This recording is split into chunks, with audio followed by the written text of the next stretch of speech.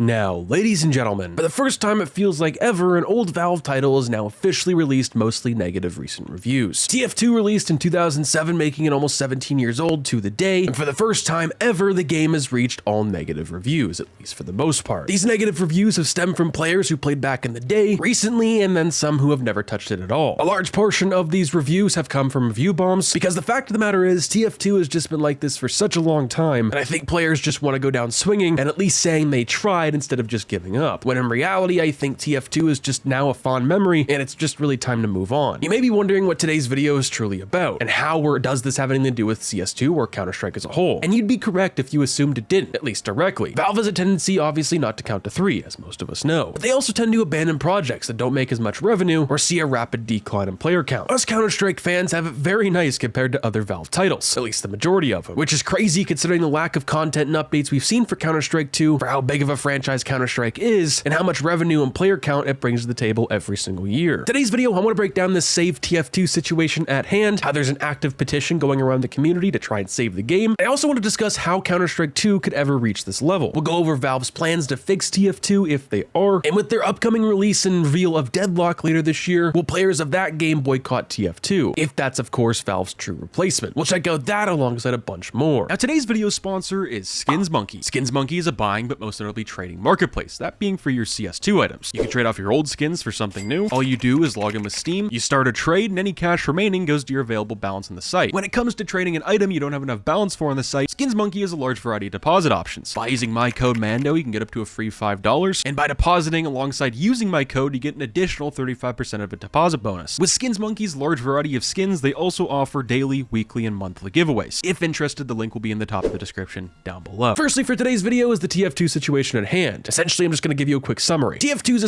17-year-old game that's been dead for at least the last 5 to 6 years, and that's of course being generous. It didn't really make too much money towards the end of its lifespan, and it honestly just didn't age well with the times. TF2, if it was a little bit more popular and had some real updates, I could definitely see this game having life, and this was one of the few Valve titles that desperately needed a Source 2 overhaul. But just like most things for most companies, in my opinion, it came down to money. It just didn't really make too much sense for a not too popular of a game. But what if I told you there was an unofficial mod of Source 2 for TF2 that Valve ultimately shut down a little over a year ago? This is one of the many major outcries within the community, that being for Valve, TF2, and even some Counter-Strike players chimed in as well. Now this happened at the end of 2023, but here's a post from IGN January 10th of 2024. Now the decision to shut down this mod for TF2 felt very foreign to Valve, since a lot of their games wouldn't be anywhere near where they are today without mods in the community. I mean, you look at Counter-Strike, for instance, Counter-Strike was built off of mods, and so was the majority of mostly everything else, especially their games. In my opinion at the time, this was because Valve was working on TF2 Source 2, at least that was my thoughts, and it was way too similar to what they were making. But at the same time, it didn't make too much sense, because if you look at Gabe Follower in the build up to Counter-Strike 2 just a few months before, he made his own port of Counter-Strike Source 2. Now that wasn't playable to the public, so maybe that has its own thing right there. But Valve didn't like it, but that doesn't necessarily mean they shut it down. So that just didn't make a whole lot of sense, or a reason Valve would shut it down. In my opinion, they should have just paid those modders and then implemented it into TF2 themselves. But hey, what do we know? Now at the time, it didn't really make too much sense, and it still doesn't really now, but in my opinion, also we have to look at Deadlock's upcoming release. Now this is now a confirmed title that we have actual footage for from the pre-alpha, maybe soon to be beta, and who really knows when this game is going to fully release. But if you just look at some gameplay for more than, well, a minute or so, you can see where this game directly takes and looks very similar to TF2. I think Valve just wanted TF2 to stop being such a major problem and just finally die off. Deadlock, for those who don't know, is in my opinion what Valve wanted to turn TF2 into. It's TF2 with more mods, more support, all on the Source 2 engine, with also more ways to capitalize in customization and microtransactions. It's a 6v6 hero-based shooter similar to Dota 2 and Overwatch, yet has similarities to Portal and all other Valve titles. But for the most part, it's just TF2, and that's where I also think a lot of Valve got their inspiration from. Within the last 4 days, it's been trending all over the internet, Twitter, but mostly Steam reviews to save CS2, that being specifically from bots and cheaters. And it really seems to have a bigger outcry than when Counter-Strike fans won't cry out for their game being a problem. And if you don't really know what's going on, there is a petition to try and save CS2 to try and get Valve back on it, but the fact of the matter is I just think it's going to be a waste of your time. If Valve won't do anything for Counter-Strike, they won't fix cheaters, if they won't add new content after years and years of outcry, and yes, we have a new game and all these other things as well to consider. Counter-Strike makes $1 billion a year, and we've had the same problems for the last decade, so I don't think TF2 is going to be resolved anytime soon, if it ever does. And like we just mentioned, I think with the upcoming release of Deadlock, I think this is Valve's replacement for Team Fortress as a whole. Now, the review bombs for TF2 are definitely not a great look look on Valve's end. But I do not see Valve opening up or making a big statement out of this unless Counter-Strike fans stepped in the way or Counter-Strike had the exact same problem. Valve will only discuss something if their income is being hurt, and if cases are being unboxed and now rented, things don't really seem to be slowing down. Now, if these types of problems were happening for Counter-Strike 2, which some may argue a lot of these problems are happening just at a larger scale, and they're being denied in a sense because of how many players are actually playing and how much income Counter-Strike brings in on a monthly basis. If this happened for CS2, Valve would most likely come out with a statement for the game just a couple days after this started, and they would also have a discussion for the first time in a long time about the state of the game and temporarily roll out some fixes until the big baddie anti-cheat finally arrives. And in a way, Valve kind of did this just a few weeks ago. Behind the scenes that wasn't included in their blog post for whatever reason, maybe to not have an outcry in the community. If you look at competitive cooldowns now in Counter-Strike 2, Valve essentially rolled these out because there's not enough Steam support staff to look over all the cases that, well, people have been cheating for inside Counter-Strike 2. So instead of getting banned, that being permanently banned or getting a VAC ban on your Steam account right away, Valve have essentially added some sort of matchmaking service just specifically for cheaters. You now get a competitive cooldown from 24 hours all the way to 7 days. And it says you have to have clean play for however long it says you do. That being able to restore your account and to restore your placement inside Counter-Strike 2. So like we just mentioned, in a way, Valve has kind of already done this. Now, I want to end things for today's video. I want to post from Tyler McVicker on how Valve allegedly decided to abandon TF2 in 2022 because the cost being in money and employees it would take to actually finally fix TF2 would be much more significant than them actually getting income and the positive result of fixing the game. Essentially, the bad would outweigh the good by a long shot. And in a way, do you really blame Valve for doing what they did? Let me know what you guys think down below of TF2. Do you see Valve fixing this? And do you also think this could ever happen to Counter-Strike 2? Now, with that being said, I hope you guys have a great rest of your day. Stay positive, stay sexy. I'm out, guys.